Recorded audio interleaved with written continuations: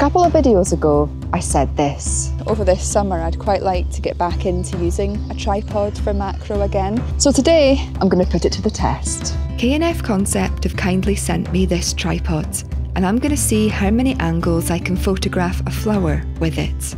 Just a little background story before we begin. This, the Benro Tortoise, is a tripod that I have used for many years. It's the best tripod I have owned to date. I think it is fantastic for landscape photography, easy to use, robust, and will probably last a lifetime if you look after it. However, when it comes to creative angles or macro photography, I find it can be limiting.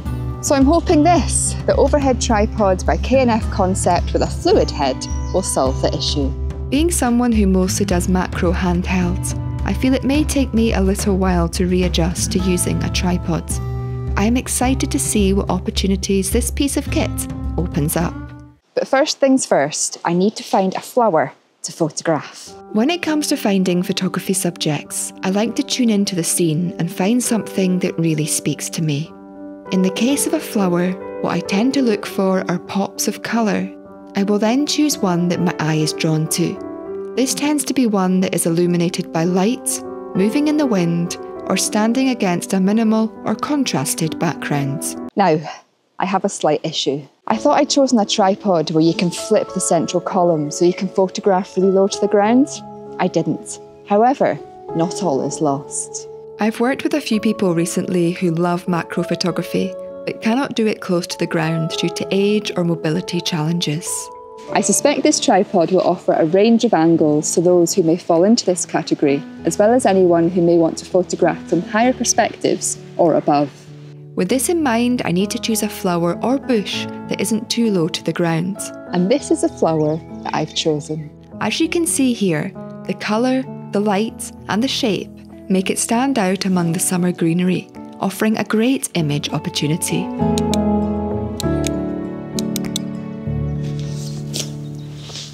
The purpose of this exercise is to photograph these flowers from as many angles as I can using this tripod. And I'm going to start by photographing it straight on using the standard tripod position.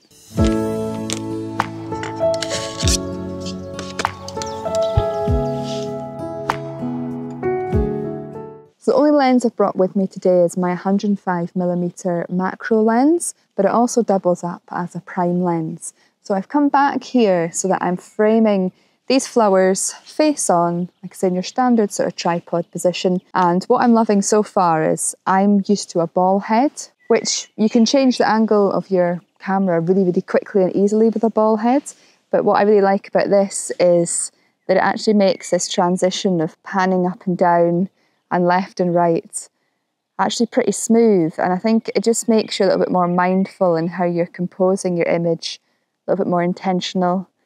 It's something that I personally haven't used before. It's one of these types of tripod heads, but so far I'm really liking this.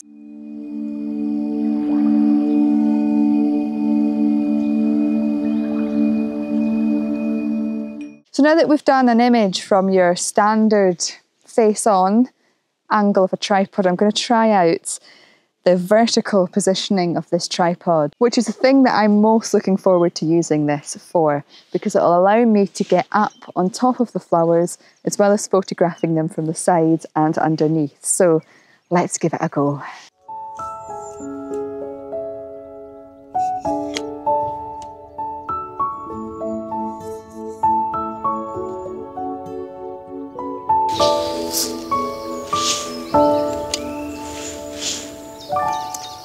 The wind keeps getting up, which is making this quite challenging. But what I'm liking about this is right now I'm right beside a pond, so I can't really safely get my tripod any closer. Well, I can't. It's literally an embankment going into the water.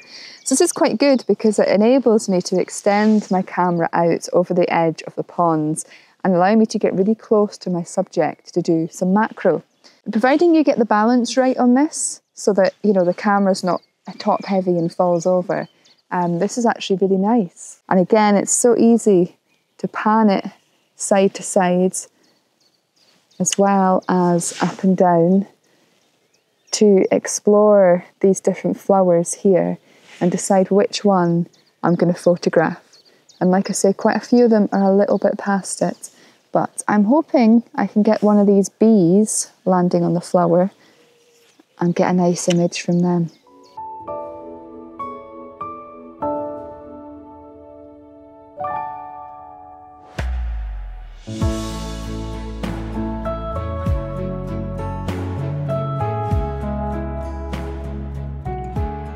My gosh, this is absolutely fascinating. I thought I was photographing a bee, but it's actually like a beetle that looks like a bee. I have never seen one of these before. This is a wonderful time because it's on top of this and it doesn't look like it's going to fly away.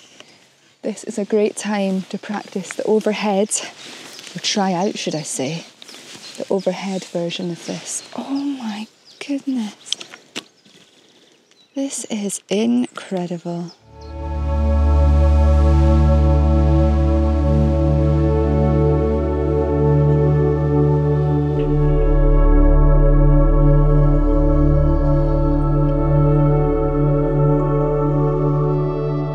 I've seen quite a few creatures this summer, like bugs and things, that I have never seen before.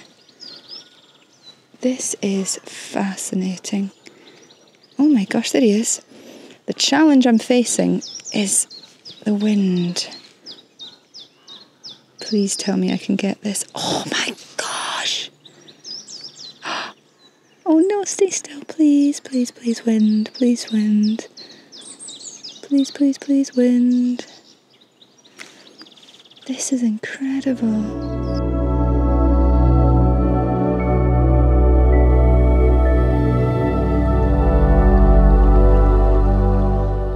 I'm now going to attempt to move this tripod head around to the side. So I'll start by doing this and then bring this up. When you're not used to all of these dials, it's quite a lot to get your head around. I've got to say, I'm not impressed with this control here to lock the camera in place because there's literally no room for your fingers. Here, trying to tighten that, it's sore. And you just don't have the room, you know, to get your fingers in. And I'm a woman, you know. I'm just thinking for you men out there with your big hands. I mean, even there's not much room to turn it. That's definitely one drawback so far. Oh, attempt number 2. Where do we begin? Here. And this one. Tighten this up. So we now have the camera side on. Ooh, oh my gosh, I love that.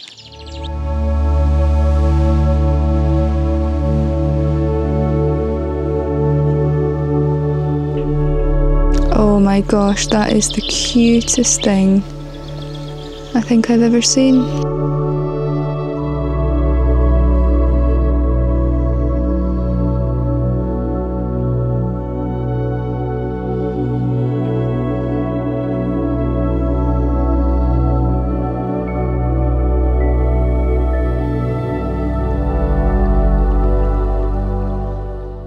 One thing I'm not very happy with, and maybe one of you can help me with this, is I like to use an L bracket when I'm doing photography because these little fiddly plates, even if you tighten them a lot, when you've got the cameras in these weird angles, you know, they nearly always slip.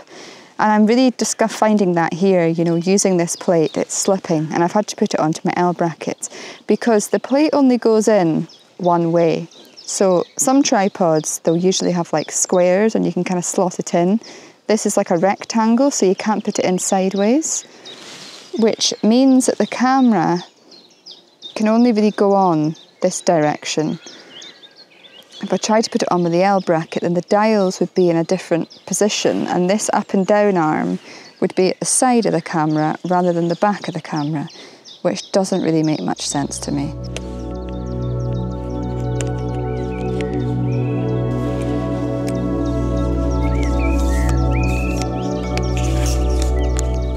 Now, to increase stability, I can put this tripod really near the ground.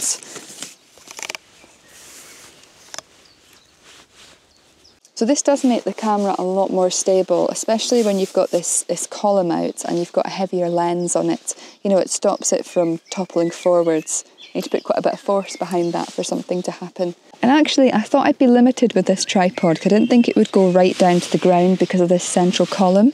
But actually, when you think about the size of the lens, when I position this down like that, I am right on the ground. So it does work for ground level macro after all. Now these flowers, apart from the stems, don't go right down to the ground, so I guess I'm going to have to photograph something, well, like the stem as part of this being low to the ground. Sometimes the stems can be equally as exciting to photograph, so let's see. Let's give it a go, especially in macro. They can be quite interesting because you sometimes have little hairs and things on them, which is quite nice.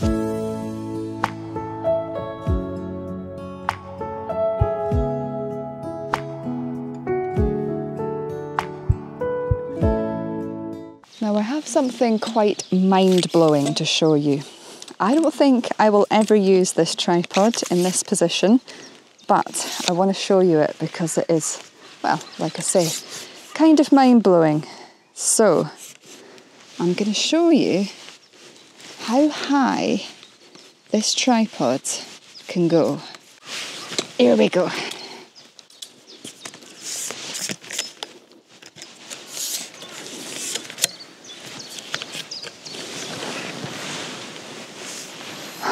There we go. I'm hoping that's on camera. I mean, I'm up to here. So what have you got there? About another metre above me? I'm not quite sure when this would come in handy, unless you were standing on a big boulder and you just put your tripod down in front of you, or if you were trying to get some really interesting high up angle of something and you had an external screen that you could control your camera from. Because from up there, I definitely ain't going to be able to control my camera. Interesting. But I guess this does show the versatility of this tripod. Although there's another feature that I haven't shown you yet, and actually this is the one that I'm potentially the most excited to try out. You look here, it says detachable monopods. How do I get this off? Lefty loosey. This is left. I managed to get this off yesterday. Oh, I don't believe this. Yesterday I managed to get the head off of this to put on the monopods, and then it was quite loose, so I tightened it really tight. And now, for the life of me, I cannot get it off.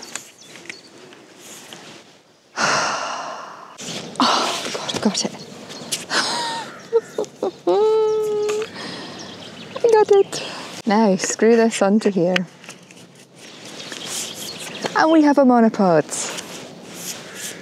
Now, being someone who loves to go out with minimal gear, this, as well as the really cool angles a tripod can get into, was what really inspired me to be open to doing this video. A number of you over the years have recommended a monopod to me, and I've just never got round to getting one.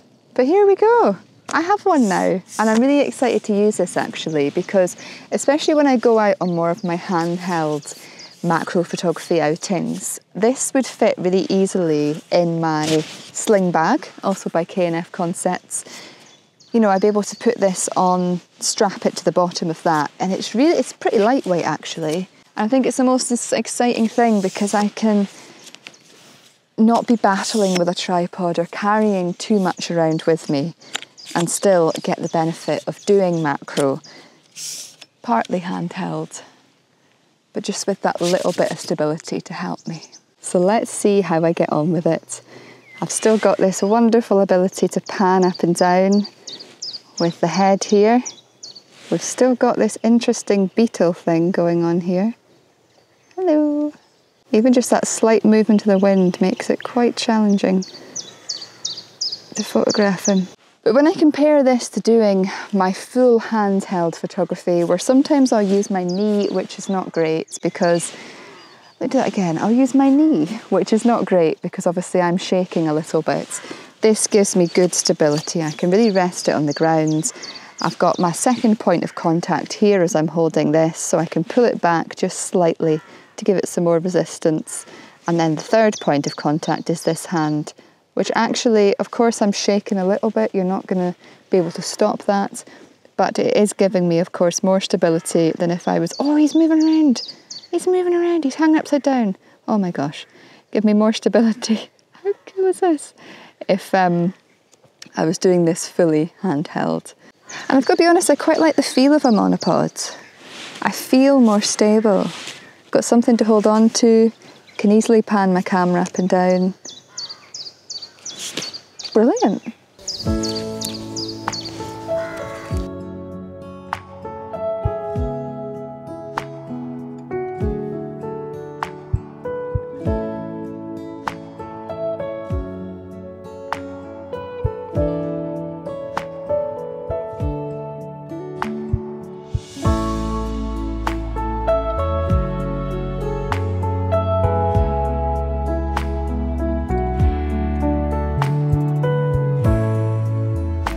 So this video has been interesting to make.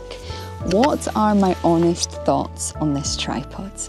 Firstly, I really do like the versatility of this. The fact that you can photograph right close to the floor, you can move this column out to position the tripod in so many different angles, meaning that no matter what you're photographing, you can photograph it from all sorts of angles. I also really like how smooth it is to pan up and down, as well as left and right, and therefore offers a really good versatile tripod. And the fact that it comes with a detachable monopod, that is definitely something that I'm going to be using moving forwards. However, there is a big drawback for me, and that is how this head is designed. If we compare this head with my Benro tripods, this one, the plate you put on going straight, which means you cannot use an L bracket with it. And I personally really do not like doing photography without an L bracket, because I just find the camera, depending on what angle you have it on, if you're doing any type of photography that's not straight, which this tripod is designed to do photography in many different angles, quite often the camera will slip. Even if you tighten it a lot, it does slip without an L bracket. Maybe I just am not tightening it too tight, but I just find that that is a bit of a drawback. And secondly, many of the dials are on the same side. And then maybe that has to be the case because of how this tripod operates. But if you again compare this to the Benro tripods, it has dials in all different angles, which means you can easily use them with your fingers. So getting the camera on and off here is actually quite challenging because you have very minimal space to put the plate on and off. So the head could definitely do with a little bit of work. It takes me a little while to get used to new kit. I've only used this for 2 days, but the more I use it, the more easier it's becoming. But if you are thinking of buying this, just to let you know, it may take you a couple of outings to get used to what all these dials do. However, for the price of this thing, I think it is very good value. And you could, of course, if you wanted to, buy a different head to put on top of it, because of course it is detachable. All in all, this is a good tripod. I can already see how I will use the horizontal position to photograph rocks and sand patterns at the coast, and the monopod for macro and wildlife. And when I have my next home office, it will come in very handy for recording products and filming around my desk. Why not head out with your camera this week and see how many angles you can find to photograph a subject? And if you like the look of this tripod, you can find a link to purchase it in the description box below. Now the big question is, will I be using a tripod for macro moving forwards? You'll have to stay tuned to see. As always, I want to say a huge thank you for watching and wishing you a very blessed and creative week.